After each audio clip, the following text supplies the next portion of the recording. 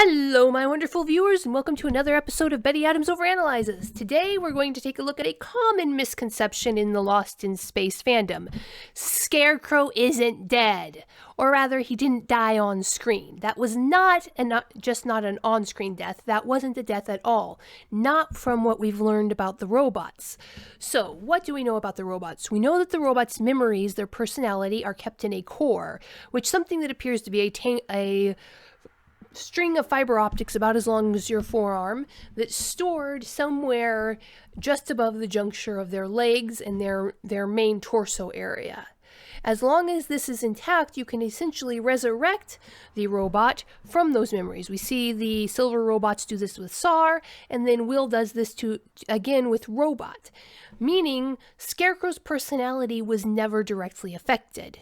SAR broke his neck and dropped him on the ground. Now, in a human, that's a death sentence, but for a robot, that barely counts as a KO. So, let's go back to season 1, when Robot walks off the cliff.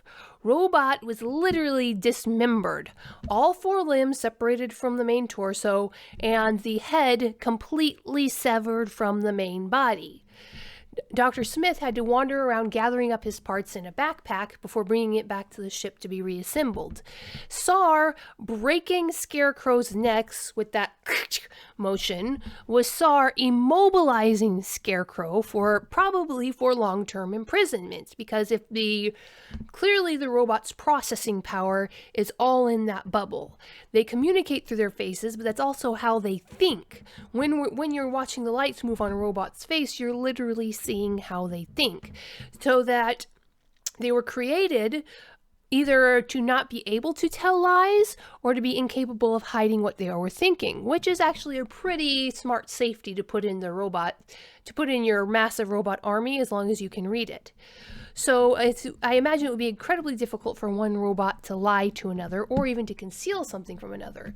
Now we come to the question of why did Scarecrow choose to immobilize SAR in that way? Presumably, he needed SAR's processor connected to his core in order to pull that trick of hijacking Robot's body in order to lure the kids back to Alpha Centauri. Not to Alpha Centauri, and to lure the kids back to the danger system.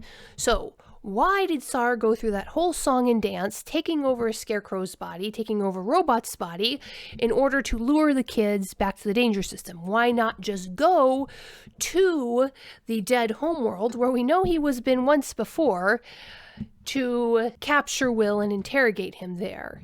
And why lure him back to the heliospace and the parents in the danger system? Well, we all assumed that SAR had successfully managed to get the location of the Helios base out of Scarecrow, but that was in the heat of the moment. On reflection, we have no indication that SAR managed to get anything out of Scarecrow, namely because SAR didn't know where Alpha Centauri was. SAR didn't know where the kids were. He only knew where the parents were. Now, if SAR wasn't able to get anything out of Scarecrow's brain, how did he know where the parents were? Well, quite frankly, this was something that was bothering me from the beginning of that episode. There is no way that the slow-moving, energetic, expensive Jupiters were able to completely hide from the robot scanners while making the runs between planets. Yes, they could follow the solar flares, but eventually they would have to step out of the protection of the sun, go to these planets, get supplies, and make runs back. We know that the robots had spotted the humans on these other worlds, so they know the humans were scattered throughout the system. It's almost a given, especially given how accurate the robot systems are, that the robots were able to observe the humans and trace them back to their base. So why didn't SAR go and get them? Well, maybe SAR planned on using them as bait for the kids once he was able to capture Scarecrow and get aligned to Robot through Scarecrow, because we know that SAR's plans included capturing Scarecrow. Maybe Scarecrow was being too sneaky to be captured, and SAR needed to lure Scarecrow to the humans We don't know. Possibly without SAR's direct orders, because it appears that the robots managed to revive SAR just about the time that John and Maureen were going back for his body. We don't know the exact time frame of this because the show does jump back and forth a bit, but it's quite possible that while the robots were willing to shoot a human that was right in front of them without his explicit orders, even though they knew exactly where the humans were, they weren't willing to send out a force to engage the human base, especially after what happened last time. And soldiers under a tyrant are notorious for not being willing to take initiative. So the robots were basically just ignoring heliospace, not living in ignorance of it, until they found SAR and got their marching orders. And SAR's first orders were for the capture of Scarecrow. And for that, SAR used the humans. He used John and Maureen's plan by staging a situation where there were a whole bunch of robot bodies and a robot engine all conveniently in one place, knowing that it would be excellent bait for both Scarecrow and the humans. And he had the other robots there to keep the humans distracted. So at this point, SAR was assuming cooperation between Scarecrow and the humans, and SAR's priority was clearly to capture Scarecrow. So keeping the human base intact as both bait for the children and bait for Scarecrow was distinctly in SAR's plans at this point. Just given the fact that SAR's initial plan to capture Scarecrow included having the other robots to distract the humans, meant that A, SAR knew that the humans were still in system, and B, SAR was willing to use them and ignore them as needed.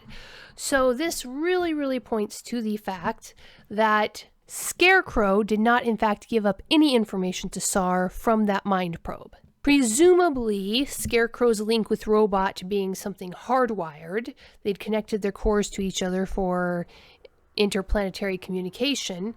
That was something that SAR could physically hack as we see him do. So SAR could bypass Scarecrow's probably very impressive mental defenses to get at not Robot's location, but to get at Robot himself. Now remember, he had to wait till Robot was actively engaging with the engine of the T8 before he could take control of him. So the engines clearly provide the interplanetary level of communication, and Scarecrow and Robot's core-to-core link allows them to talk to each other. Now, even assuming that SAR was not able to strip any memories from Scarecrow's processor, that SAR was not able to find the location of Alpha Centauri, or find the location of Earth, or find the location of Will, which was SAR's main focus at this point, and the other children, and the engine that was in alien hands, SAR should have still been useful to him as a conduit to Robot, and as a potential source of memories if SAR could keep trying to dig them out of Scarecrow's head. So it doesn't make sense for SAR to just destroy Scarecrow, and we don't see him do that. Again, we see him break the neck, severing the connection between the processor and the core. Not a fatal injury for the robots, not a fatal injury in the slightest. That just prevents the robot from being able to move around, and it's probably only temporary. We probably just saw the television equivalent of the robot giving Scarecrow a little love tap on the back of his skull to keep him physically unable to interfere when Robot and the children are in danger. And, interestingly enough, on the other end of the connection when this happens, Will asks, "Scarecrow's gone, isn't he?" And Robot does not say yes, either with his lights, either with words. He just kind of, sadly and with exhaustion, looks at Will, and then wanders off to be by himself. We all took this as his acknowledgement of Scarecrow's death, but it wasn't necessarily that, and Scarecrow's gone could have easily meant Scarecrow's no longer a factor in the equation of protecting the children and the humans and getting them to Alpha Centauri, which was Robot's goal by this point. And presuming that Robot could no longer feel Scarecrow because of the processors being cut and not having the interstellar link to him, Robot probably didn't know at this point whether Scarecrow was alive or dead. My point being that, given everything we know about the robots, there is no reason to suppose that Scarecrow is dead.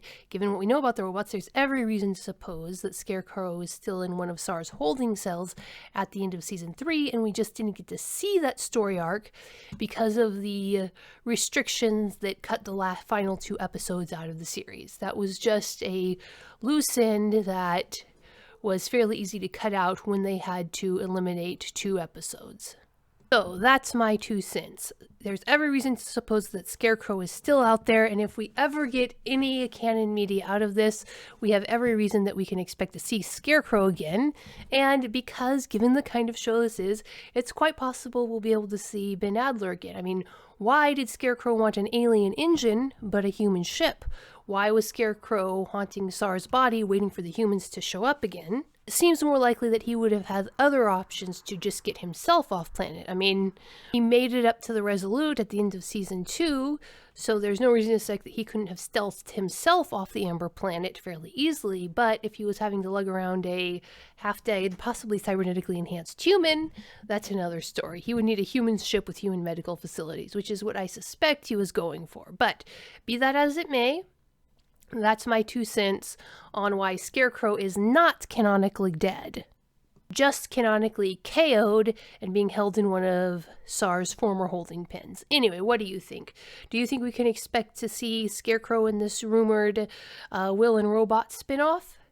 Leave your comments below telling me what you think. Hit that like and subscribe, and peace out, my wonderful viewers. Humans are weird. We took a vote, and humans are weird. I have the data. 2 books in a series of human absurdity. Go check out these short story collections. What will our little green friends think of us when we finally do make it to space? Find out the answer in 2 books of human absurdity. Humans Are Weird, We Took a Vote, and Humans Are Weird, I Have the Data. Available on Amazon, Barnes & Noble, Kobo, and Google Play.